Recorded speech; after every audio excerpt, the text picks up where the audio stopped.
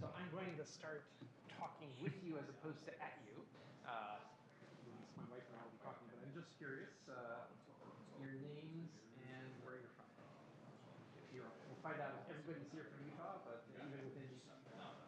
I'm George Kent. I'm a retired U.S. ambassador. Right? So it's in 6 different countries, but and I live in Colorado.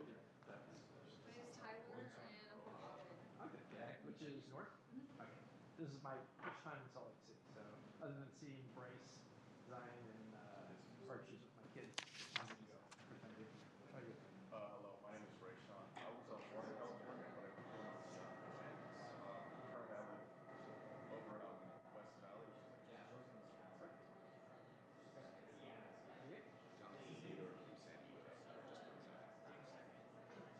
I'm Leo. I'm from actually New York State, but I graduate school here in Maine, studying computer science. I'm interested in the topic. Oh, great. Awesome. Glad you're here. What, upstate New York? Or yeah, upstate actually. So Rochester, I don't know if you're familiar. So my parents grew up in Ithaca, New York. Oh yeah, that's not far. My grandfather lived both. It is good. I used to enjoy the my grandparents did. Yeah. That's one of my favorite. And Rochester is a great center. I know there's a lot of So yeah, they are going to sort of speak, give some remarks first, and then Melina's going to introduce her remarks second, and then they're going to do a fair amount of Q&A. So keep this with you. Yeah. Oh, should we get?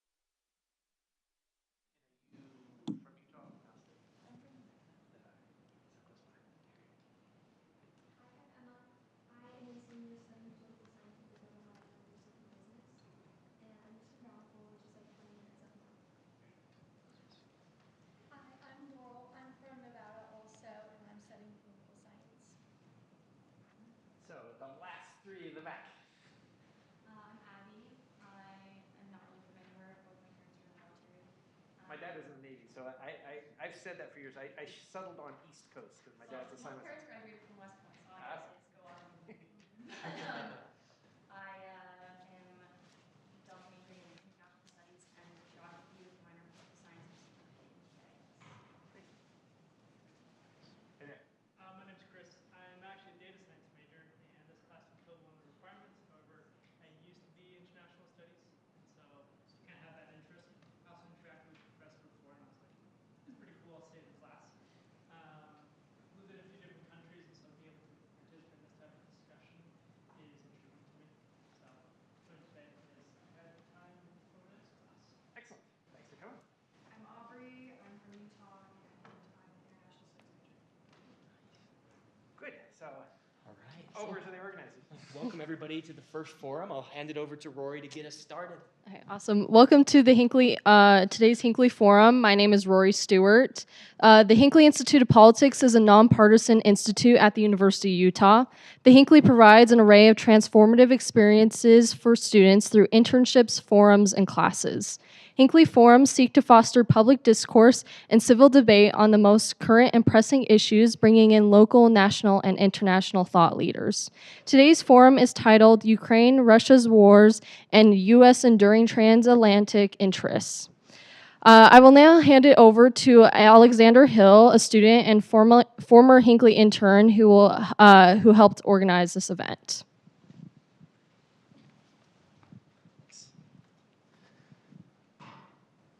Fantastic. We got two impressive guests today. First, we have the former ambassador George Kent. He served as the U.S. ambassador to Estonia from 2023 to 2025, capping a 33-year career as a U.S. Foreign Service officer.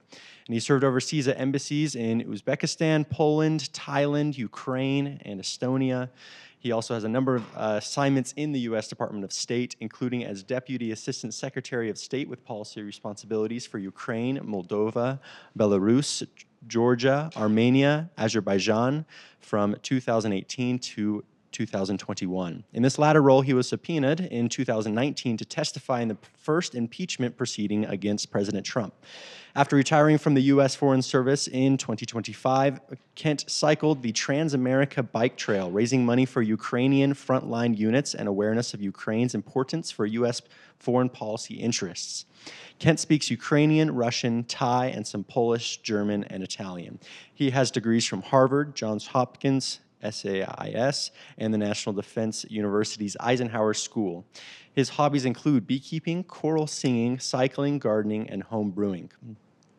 And he's with his wife, Velida, who was born in exile in Uzbekistan of Crimean Tatar heritage. Her father was deported as a child from Crimea in 1944 in a cattle car, and her mother was born in Soviet Siberia Gulag, the slave labor camp. And she's educated as an economist. She was working at the United Nations office in Uzbekistan when she first met her husband, George.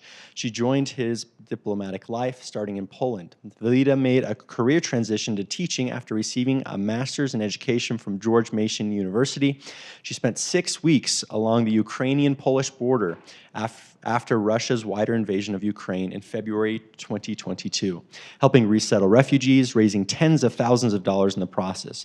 She has promoted the UNESCO-recognized Ukrainian artistic tradition of pisanki, dyed eggs, running classes in Ukraine, Virginia, and Estonia. And she is known for elaborate gingerbread creations that have attracted media attention in the United States, Ukraine, and Estonia. Please join me in welcoming our guests.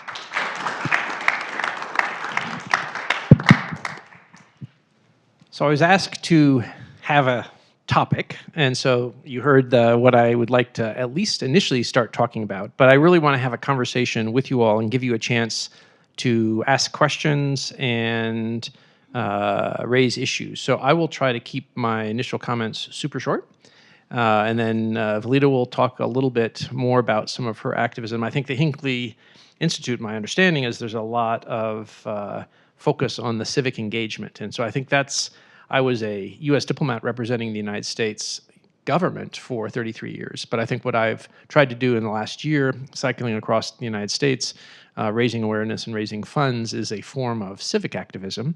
And that's the sort of space where Valida has spent much of her efforts. So I'll try to make, I don't know how many major points, but I'll again try to keep it short. I think that the support for Ukraine is in U.S. national interests. I think what Ukraine is doing is fighting not only for its own freedom, but for the concept of the international order that states have the right to defend themselves, that the U.S. largely underwrote since World War II. And when we drove one of the trucks we crowdsourced for from Estonia to Ukraine in November, I met with a number of U.S. soldiers who had served in the U.S. military and were now volunteering and fighting in Ukraine. And there are about 100 U.S. former military who have fought and died for Ukraine in the last 3 years. And when I asked them, the ones who obviously are still living, why they were in Ukraine volunteering and fighting, their comment was, Ukraine is fighting for the values that we joined the U.S. military to defend, and Ukraine is the country that is defending them now. So it's interesting. I don't know how many Americans have gone and volunteered, but in terms of the numbers who have died, it's the second largest group of foreign volunteers. The largest is Colombian. So I think Ukraine is both fighting for its European future. It's a society that is largely networked laterally. There's a lot of crowdsourcing and innovation in Ukraine that really, I think, the people of Ukraine are asserting their right to choose their path, and they want to be part of European institutions and part of Europe. I oftentimes talk about Russia's two wars. Putin started the war in Ukraine in 2014 by invading and occupying Crimea, and then starting a long-standing ground war in Ukraine's east. So that's the war that people oftentimes will use the term the conflict in Ukraine. There's no conflict in Ukraine. There's Russia's war in Ukraine, or Russia's war with Ukraine. And then there's also the war with a wider West. And I think when Putin is looking for his legacy in Russian history, he wants to go down in Russian history as one of the what's known as the 5 great gatherers of Russian lands. The Russian Empire started expanding in the 1400s under Ivan the Terrible. Then you had Peter the Great in the 1700s, Catherine the Great in the late 1700s, Stalin in the 20th century, and now Putin. So he's fighting for his legacy in Russian history. And honestly, he doesn't care what we think. So there's been lots of talks, peace talks here and there, efforts to establish ceasefires from 2014. Putin isn't interested in peace. He's interested in expanding the Russian Empire. And there's no value of human life, whether it's Russian soldiers, Ukrainian civilians, or anyone else who gets caught up in the fighting. In addition to that, Putin is interested and has been undermining this international order that has been part of what has made America successful internationally since World War II. And the Russian security services, dating back a century, have a concept called active measures. Sometimes you can read about it in articles. They talk about hybrid measures. So it's not sending an army into Estonia or Poland, but it's actually using Russian intelligence agents or people they now hire on Telegram, social media app, to blow things up, to cause mayhem, to use disinformation to undermine Western societies. And so this is part of a concerted Russian effort to turn the collective West against each other, to try to break the transatlantic bonds between the US and Europe, and to make it easier for Russia to pursue its goals. So I think that is really, in a nutshell, the real dynamic that's been happening both in Ukraine and wider in Western Europe since 2014. And my one point, and we can talk about this in the questions and the back and forth, at the current moment, the rhetoric about the United States wanting to take over Greenland is obviously incredibly damaging to the U.S.-European relationship. The U.S. can do anything it wants in Greenland. If we want to have another military base, we can establish another military base. If we want to invest and drill for minerals, we can do it. There are 2 existing treaties that essentially allow the U.S. to do anything in Greenland.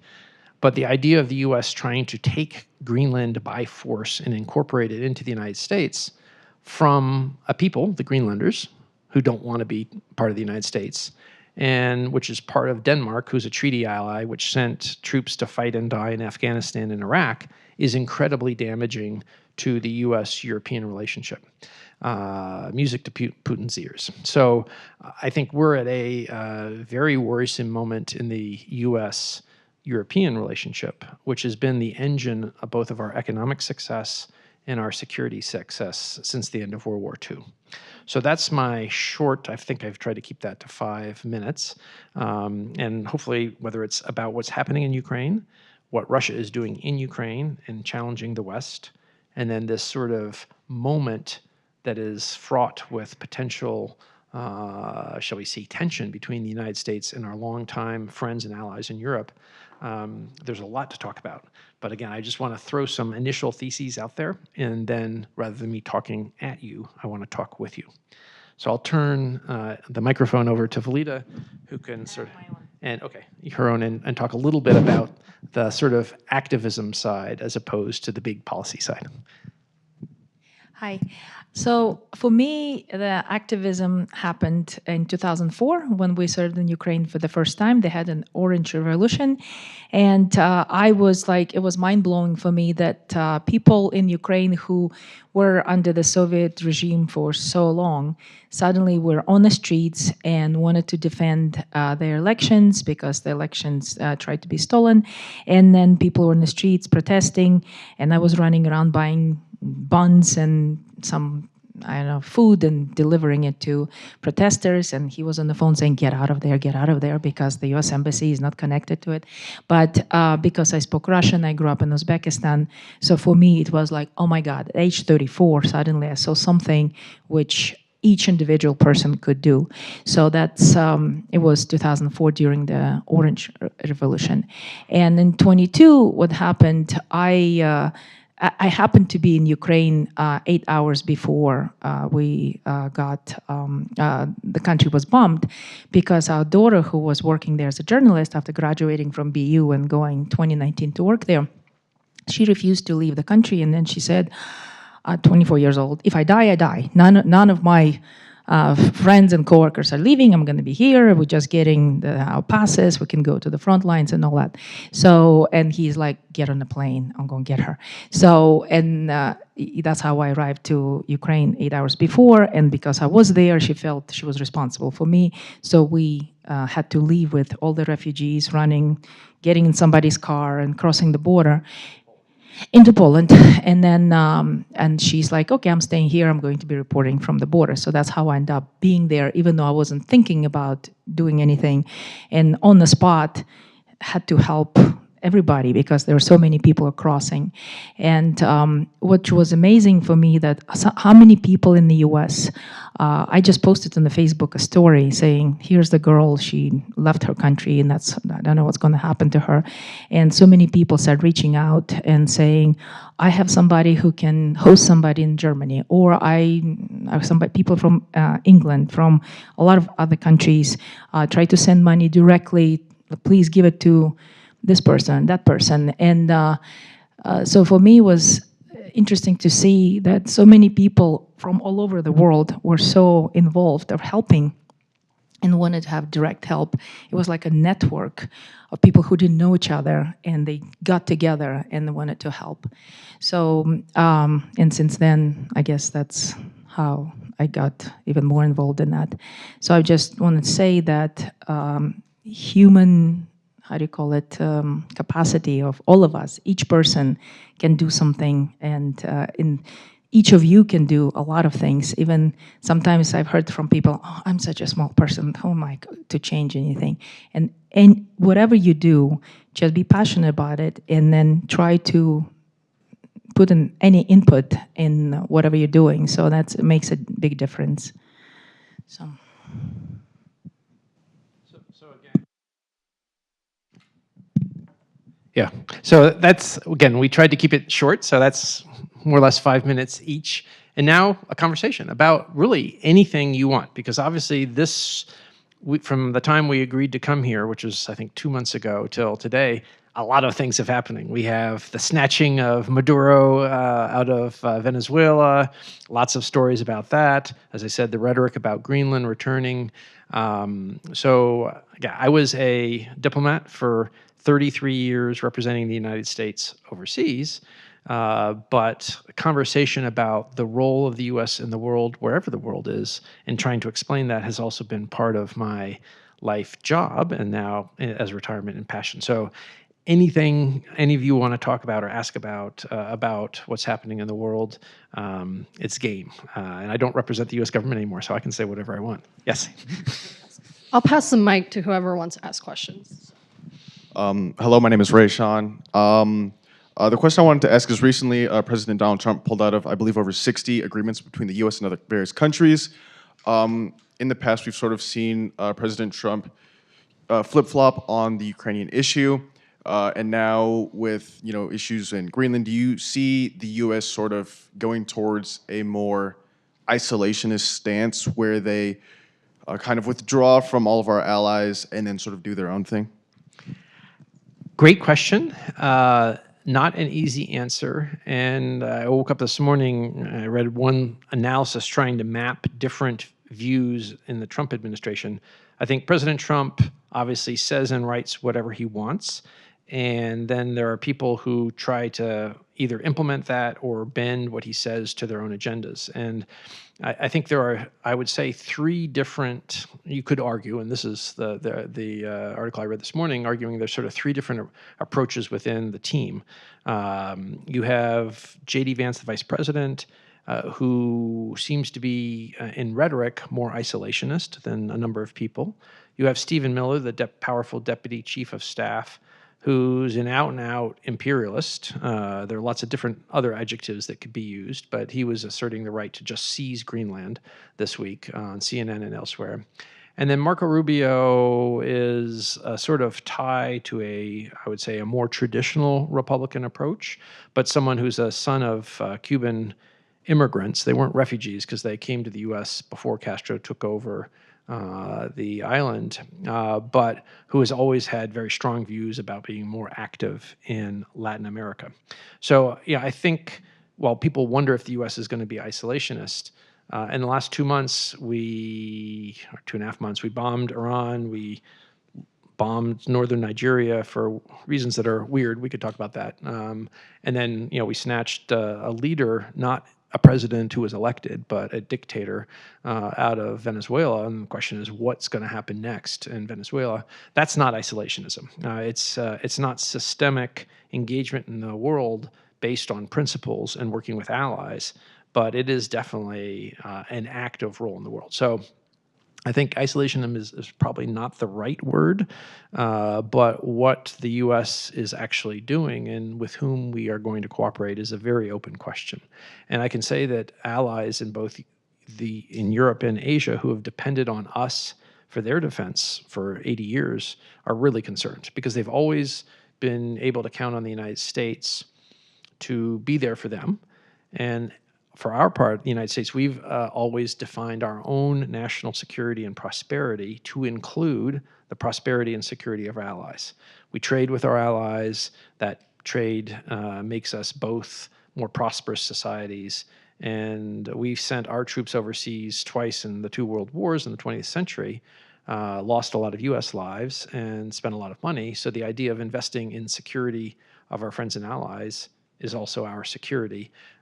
So that has been the dominant approach from 1945 until basically last year.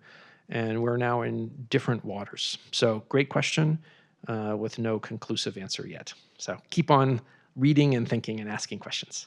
Over here, yes.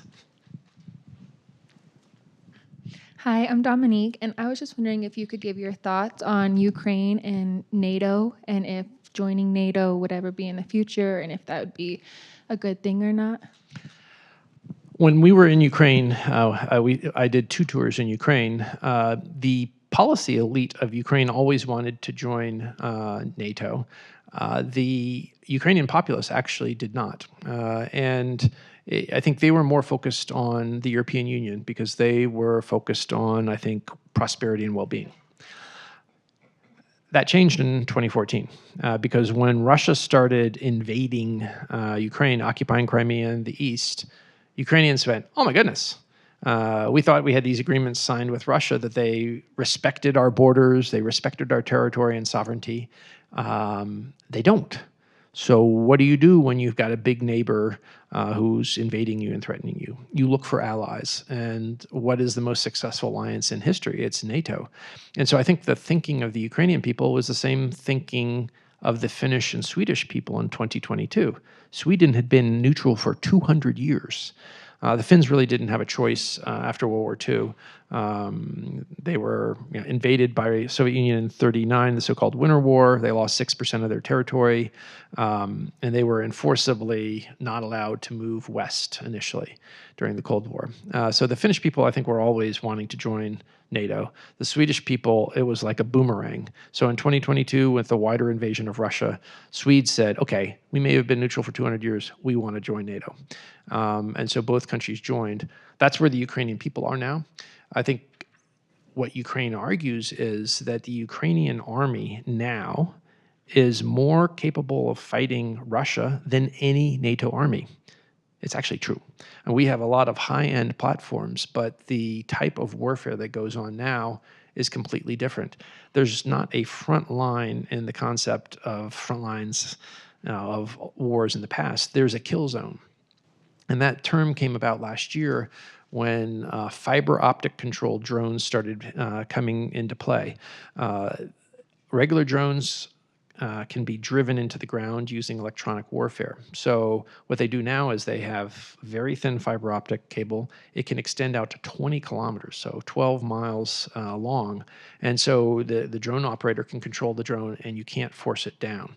Anything that moves is now, whether it's a machine, a robot, which are now increasingly being used to deliver supplies, a person or a vehicle, or in the Russian cases, there actually have been several cavalry charges this last month. The Russians on horseback have actually been charging Ukrainian lines. Is it liable to get hit by a drone? So that warfare has fundamentally changed the nature and dynamic. And there isn't a single NATO country, not the US, not any of our European allies, who can fight the way that Ukraine and Russia fight. So in a fundamental way, the Ukrainian military has a lot of value added to the Western community of nations. But I think joining NATO is a political decision. And under the Biden administration, it was very clear the U.S. was not in favor of Ukraine joining. Almost every other member of NATO, except for Hungary, would have supported it in the last 2 years. But Germany didn't, the U.S. didn't, and Hungary didn't. And it has to be unanimous. So it's not an issue for the short term. I think for Ukraine, what they want is assistance so they can defend themselves and defeat Russia in Ukraine. And I think the issue of whether Ukraine might join in the future is a question for the future. Yes? So my question is kind of in two parts. The first is what I see as like the most harmful aspect of Putin's invasion is his blatant disregard for international norms. And I'm wondering, do you see that disregard and like the protracted nature of the war as influencing Trump or other leaders to also disregard international norms? And like, what do you see as that influence? And the second part is, do you see a path after the war for either Putin or whoever his successor ends up being to come back into international norms, or do you think they will always kind of end up being a sort of outlaw state? I don't think the war ends until Putin dies. So there's lots of headlines about peace processes. There's no peace process because the party that initiated the war, Russia, in 2014, not 2022, doesn't want peace. They want the destruction of Ukraine as a society and a nation. Stalin, 100 years ago, or 95 years ago, tried to starve Ukrainians to death. There's something called the Holodomor, the Great Famine. Ukraine had been the breadbasket of Europe in the early 1900s. They have the black earth that Iowans and Nebraskans are super proud of. It is 3 times as deep in Ukraine as it is in Iowa. And that's why it was the breadbasket 120 years ago. And what they did was, what Soviet power did in the 1930s was they confiscated all foodstuffs. So he intentionally starved to death millions of Ukrainians and then backfilled the lands with ethnic Russians. But he didn't break and kill the entire Ukrainian nation, maybe in part because World War II started, and also because part of what is present-day Ukraine, where ethnic Ukrainians live, was part of interwar Poland. In a way, Putin wants to finish and do what Stalin didn't do, which is totally break Ukraine. So honestly, my personal opinion is people can talk about trying to find common ground. I don't see that the existence of a sovereign, independent Ukraine and Putin's war aims, the Venn diagram doesn't overlap. And what Clausewitz, the great Prussian military theorist, wrote, that war is continuation of politics by other means. Putin has a goal, which is the destruction of Ukraine and the incorporation of territories into a modern Russian empire. And war is a continuation of that policy for him. And so offering him concessions doesn't end the war. He pockets the concessions and keeps fighting. Russia will always be a country that exists in the international system. I served in Southeast Asia, and Vietnam has coexisted with China for 1,000 years. And the Vietnamese want a very close relationship with us, partly as a hedge against China, but they're also realistic. There will always be a China, and Vietnam has to figure out its way in history as they have for 1,000 years. And ultimately, the same is for Ukraine. Russia will always exist in some form. Putin will die, but Russia will be there. And so I think there's the narrow question of how do you live and survive with an expansionist neighbor that wants your destruction? And then there's the question internationally, what network of rules and engagements will go forward. But I think the isolation, the pressuring against Russia to change Putin's cost calculus is the right way forward. Offering him concessions is just a way of, I think, feeding his approach. So I think that's a stay tuned question. But I think as long as Putin is around, we will be dancing around the sets of issues, and we'll see. I think the history of when dictators pass from the scene, countries rarely change immediately. So you have Venezuela, which we can talk about if someone asks a question about that soon. Chavez died. Maduro started leading the country in 2013, 12 years. I don't think any expert thought that he would stick around for 12 years. He was deeply unpopular from the beginning. He was never charismatic, but the regime had enough brutality. They allowed elections, which they kept on stealing, and the Venezuelan people kept on voting against those in office. But ultimately, it took U.S. Delta Force going in and snatching him out of the presidential palace to remove him.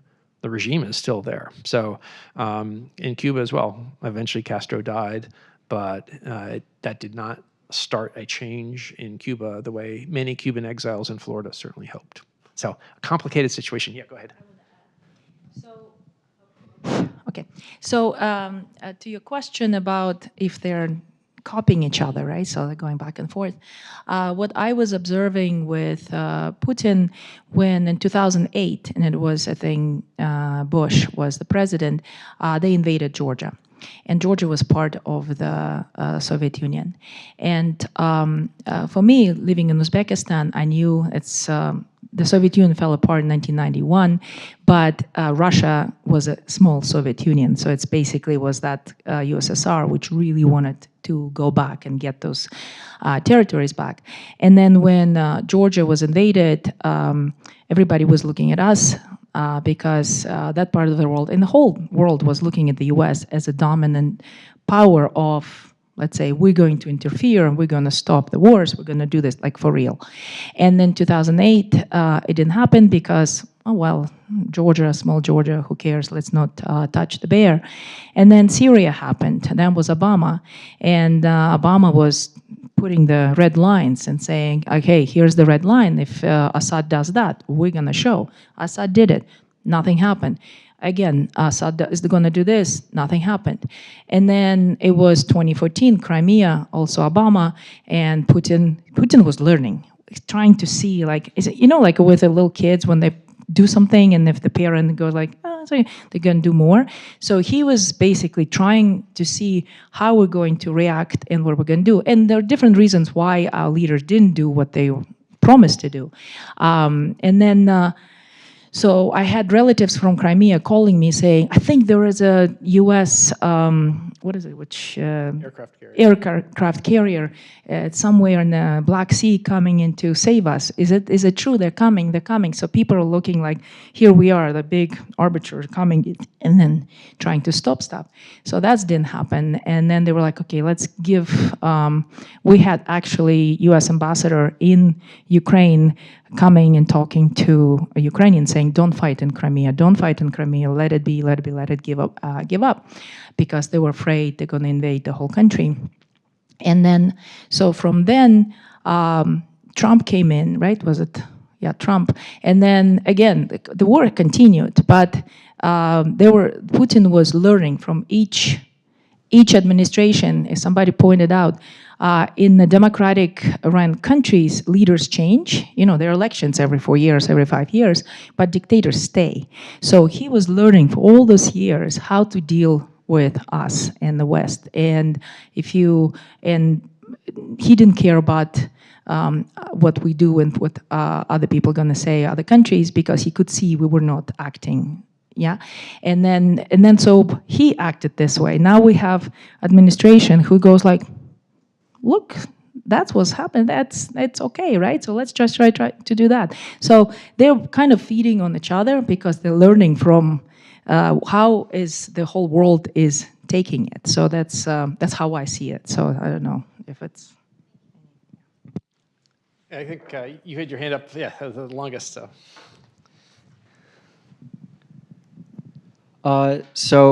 Thank you. My name is Xander. With United States and Russian sort of brash actions and more or less injury to global confidence, what sort of shifts in hegemony and like global hierarchy could you two anticipate in the next couple years, rotations of administration?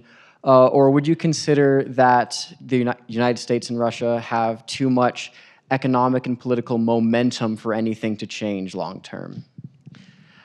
I think about Russia, it is not a global economic superpower. It has got natural resources, particularly oil and gas, and it obviously has a military and nuclear weapons, but it's not actually a global power. And I think oftentimes people attribute, if you will, great power status to a country which is not a great power. And for those of you who are in international relations or studying political science on the security side, there's actually a new book which I could recommend, came out last fall, called War and Power.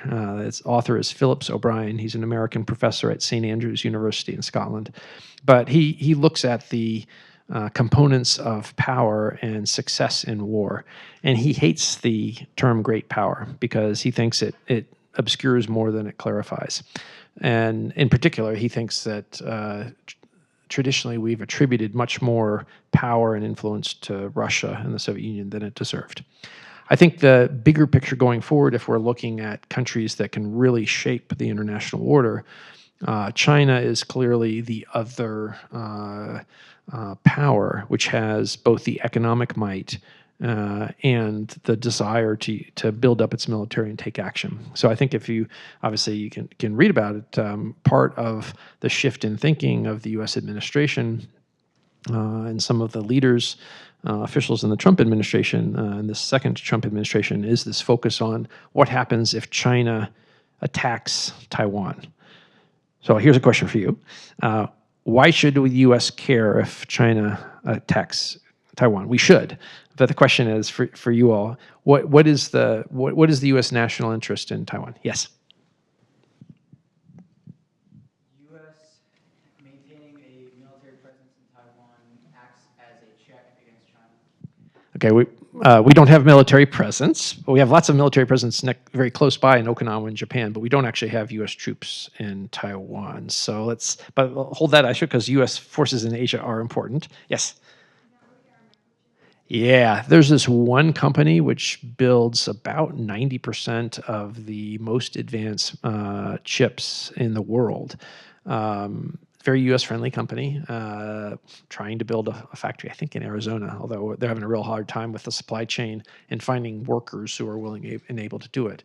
But that one company is a global national strategic asset, and all of not just our economy, but Western European economies are reliant, over-reliant. And it shows sometimes the issue of diverse manufacturing locations, because if the Chinese were to take the island and seize basically the production facilities of that one company alone, that would devastate the world economy. So that chips is one of the what I would say the two key factors. What would be the other factor? Why do we care? And I'll expand it, not just Taiwan, this sort of hints at it, but the waters around Taiwan. Why does that matter? Yes. Yeah, I mean, the Taiwan Strait between China and Taiwan, more than 50% of trade coming to the U.S., coming all the West ports, goes through that strait. So it's not just the chips that are actually made on the island of Taiwan. Our economy is reliant on all sorts of stuff that's shipped there. And it's not just our economy. European economies are much more dependent on the shipping that goes through the Taiwan Strait than a lot of European leaders realize.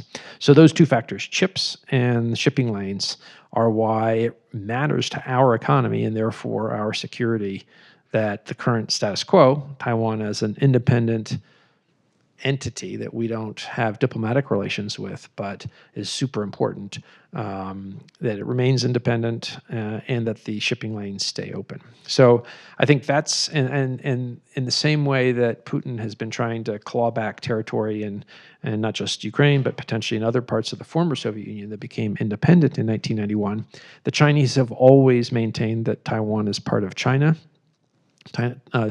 Taiwan was essentially established after the Second World War by the Kuomintang. They were the Chinese nationalist government. They lost the civil war with the communists, and they fled to the island and set up shop in the late 40s. There were actually Taiwanese people there, sort of the indigenous people, but let's say for the purposes of simplification, without going down into all the rabbit hole of Taiwan identity, most of the people living on Taiwan are Chinese. The Nationalist Party for decades consider themselves, they still call themselves the Republic of China. And so the Chinese communists in the mainland, which have never controlled or run Taiwan, see it as part of China that they can control. And essentially our policy is status quo. We recognize since 1979, China, the government in Beijing, but we also want the status quo to continue. And the current Chinese leader, Xi, is not committed to the status quo. So I think that's the flashpoint, danger point. And back to your comment, the U.S. military arrayed in Asia, particularly in Japan and Korea, and then all our naval forces, strategically, they're preparing for the potential for having to defend Taiwan from a Chinese attack. And so I think that is, if you talk to U.S. military planners in Washington, not just this past year under the second Trump administration, but the last couple of years of the previous Biden administration, that's what their overwhelming focus was. Yeah, you want to say something? Since you said you served in Korea before? Yes, actually, I did. Yeah. But my question actually in relation to what you're saying in regards to Taiwan is, we see what's going on in Ukraine, and obviously the invasion is continuing without any direct intervention of the U.S. military. So my question is, how committed do you think that would the U.S. military be if there was an invasion of Taiwan? Do you think that they would actually directly intervene, like the status of China versus Russia? Is it really that different in your estimation that actually you do see a large-scale commitment of troops to that region if war were to break out? I mean, that's the big question. If the number 3 official at the Department of Defense, not Pete Hegseth, the secretary, it's the Department of Defense, congressional act, it's not the Department of War. Number 3 guy is a guy named Bridge Colby. His whole focus is preparing for a war against China. But all he is the chief in charge of policy at the Defense Department. Ultimately, the decision to commit U.S. troops is a presidential decision. And President Trump has said things in the last year that, at least in my mind, open the question whether he would actually send U.S. troops to defend Taiwan. And if it opens in my mind, just listening to what he says publicly, you can be guaranteed that's what President Xi and the Chinese are wondering. So I don't know. The militaries are planning organizations. You have plans for contingencies. They're planning for war against China. It doesn't mean that we ever, it'd be up to President Trump. And I think that's a really fair question, and I don't think there's a clear answer. Yes. And name in, because I think came in, just name in if you want where you're from since you weren't here initially.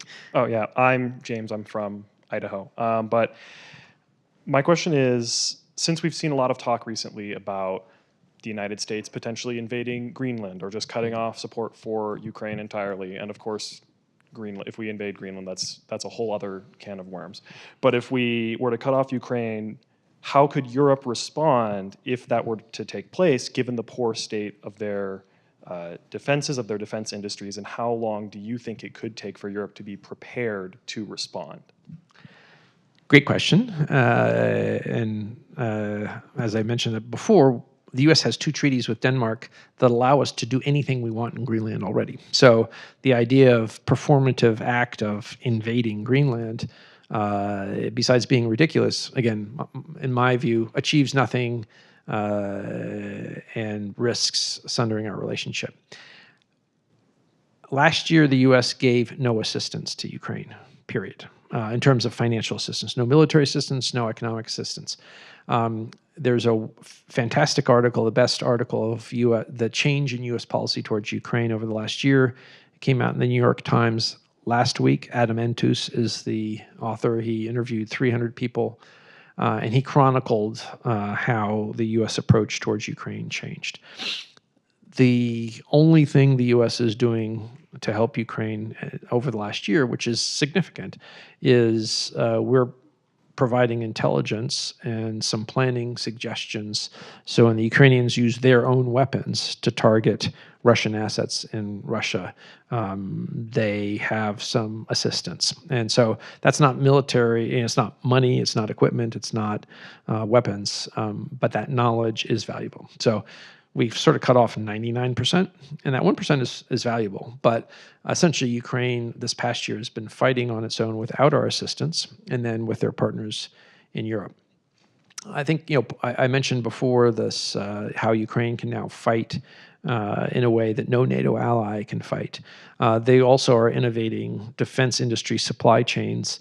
It's not having the F-35, which is the most individually most spectacular fighter plane ever built, but is also orders of magnitude the most expensive. And I think the question comes, and the Ukrainians have been asking this question, if you only have so much resources, what's your biggest bang for the buck? If your goal is to blow up Russian drones, planes, missiles, and factories, do you need to invest in something like an F-35? I mean, they are very happy to get the F-16s, the cast-offs, and use those with missiles to sort of counter Russian missile attacks and the like. But what they've been doing is building supply chains based on mass and cheapness, whatever is the minimal to get the job done.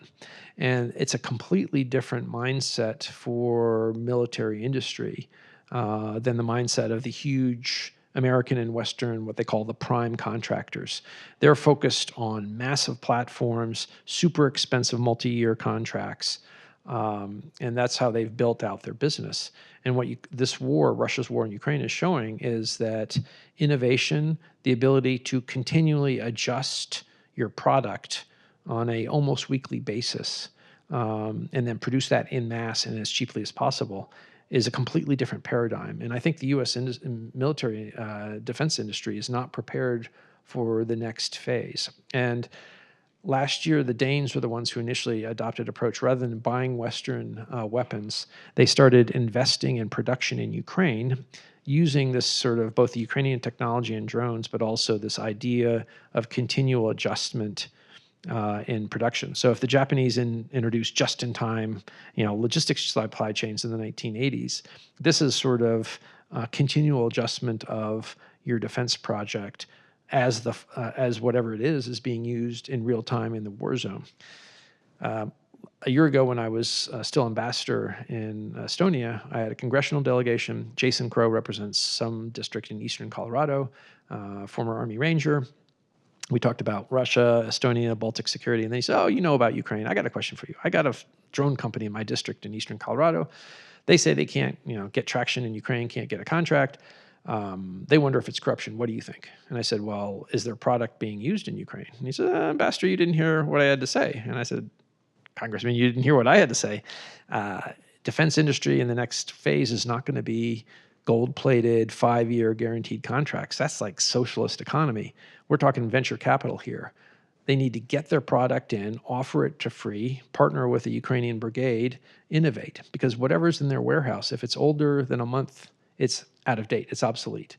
And what the Danes and the Estonians and the Ukrainians themselves are developing in Ukraine is going to eat our American defense tech lunches in the future, because it's sort of like the leaps forward in technology in the 1970s, where U.S. systems used by Israel were defeating Soviet-built systems in the Arab-Israeli wars. Now it's the Ukraine-Russia war, and the winners are going to be determined by those that have the best technology. And so, I mean, there are U.S. companies and venture capital firms who are inching into that space. Eric Schmidt, former Google CEO, has got a venture capital firm, and they're building, I think they're called the Bumblebee drones. That's good for Beehive State. I'm as a beekeeper. And there's another article in the New York Times last week. C.J. Stroud, I think, was the author, and he was talking about specifically about the drone industry and the future of defense tech. So I think that's the lesson, the value added that Ukraine has to the wider, if you will, Western community, if you want to accept that Ukraine is a Western society. And their defense tech offers real promise. But obviously they need to survive, and then to survive, they need support. And European countries aren't up to speed like they need to be. They need to go to a near wartime economy.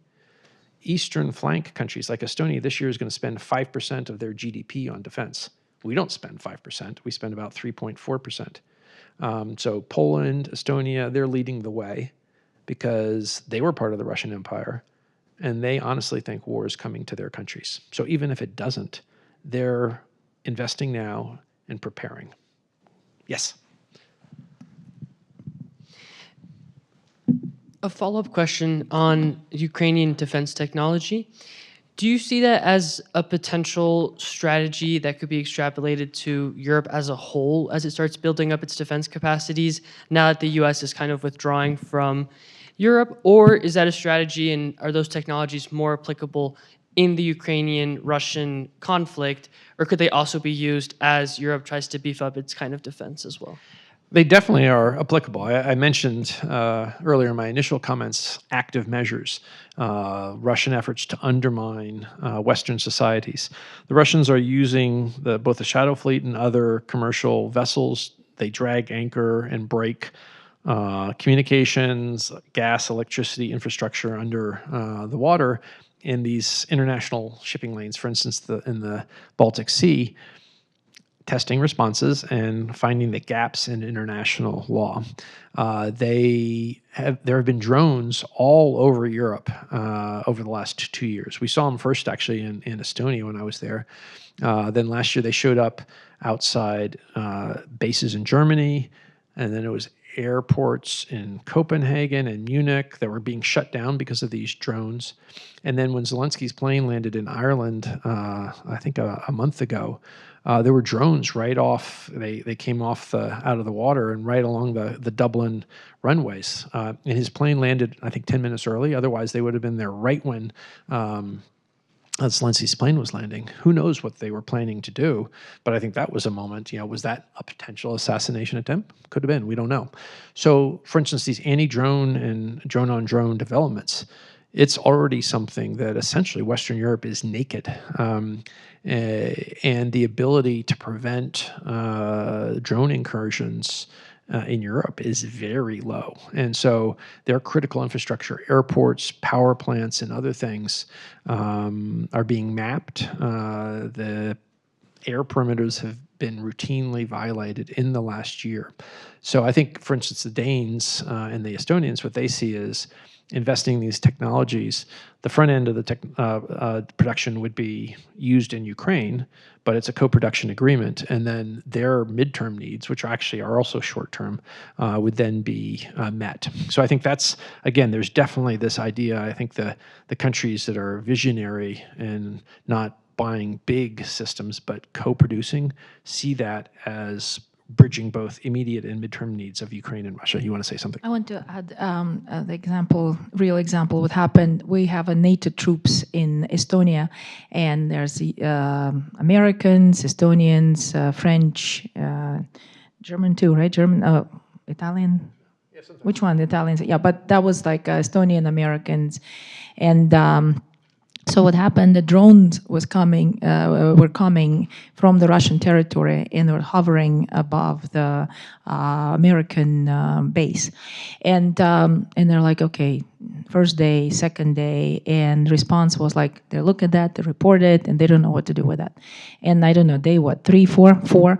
On day 4, Americans got like, oh, we have a drone jammer, right? So the soldiers run and they jammed the drone, but they didn't bring it down. They just jammed it in the air. So that's basically, it was sitting in the air, couldn't fly away. And meanwhile, they reported to the Estonian troops saying, come over and do something about it.